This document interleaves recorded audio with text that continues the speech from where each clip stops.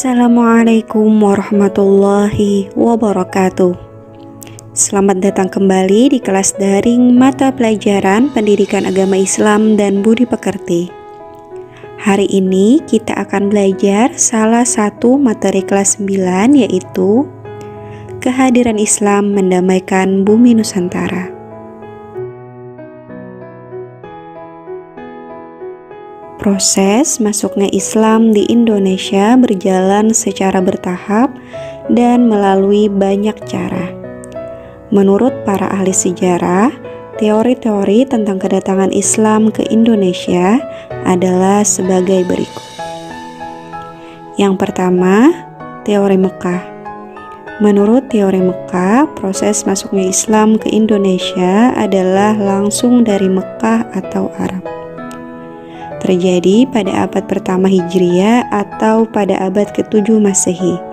Para pedagang dari Timur Tengah memiliki misi dagang dan dakwah sekaligus. Teori kedua yaitu teori Gujarat. Teori Gujarat menyatakan bahwa proses kedatangan Islam ke Indonesia berasal dari Gujarat pada abad ke-7 Hijriah atau abad ke-13 Masehi. Gujarat adalah sebuah wilayah di India bagian barat berdekatan dengan Laut Arab. Menurut teori ini, orang-orang Arab bermazhab Syafi'i telah bermukim di Gujarat dan Malabar sejak awal Hijriah atau abad ke-7 Masehi.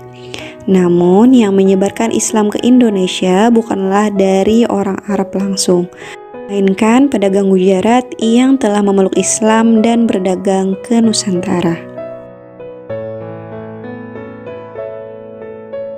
Selanjutnya, teori Persia. Teori Persia menyatakan bahwa proses kedatangan Islam ke Indonesia berasal dari daerah Persia atau Parsi, yang sekarang dikenal dengan Iran. Sebagai buktinya, ada kesamaan budaya dan tradisi yang berkembang antara masyarakat Parsi dan Indonesia. Tradisi tersebut antara lain adalah tradisi merayakan 10 Muharram atau Asyura. Selanjutnya, yang terakhir, teori Cina. Menurut teori Cina, proses kedatangan Islam ke Indonesia, khususnya di tanah Jawa, berasal dari para pedagang Cina. Mereka telah berhubungan dagang dengan penduduk Indonesia jauh sebelum Islam dikenal di Indonesia, yakni sejak masa Hindu-Buddha. Ajaran Islam sendiri telah sampai di Cina pada abad ke-7 Masehi, pada masa dinasti Tang pada tahun 608 sampai 960 di daerah Guangzhou, Kanton, Zhangzhou, dan pesisir Cina Selatan telah terdapat sejumlah pemukiman Islam.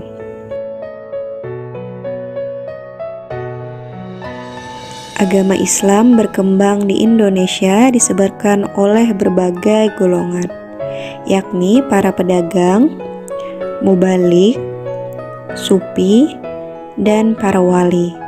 Di antara sekian banyak wali yang terkenal adalah Wali Songo atau Wali 9. Nama-nama Wali Songo antara lain Sunan Maulana Malik Ibrahim, Sunan Ampel, Sunan Bonang, Sunan Giri, Sunan Derajat, Sunan Gunung Jati, Sunan Kudus, Sunan Kalijaga, dan Sunan Muria.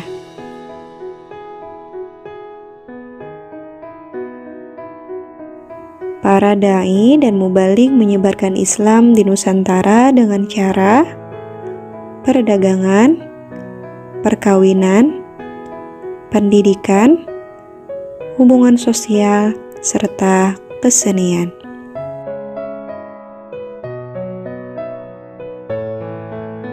Kerajaan-kerajaan Islam di Nusantara antara lain Kerajaan Samudra Pasai, Kerajaan Aceh, Kerajaan Demak, Kerajaan Pajang, Kerajaan Mataram Islam, Kerajaan Banjar, Kerajaan Goa Talo, Kerajaan Ternate, serta Kerajaan Tidore.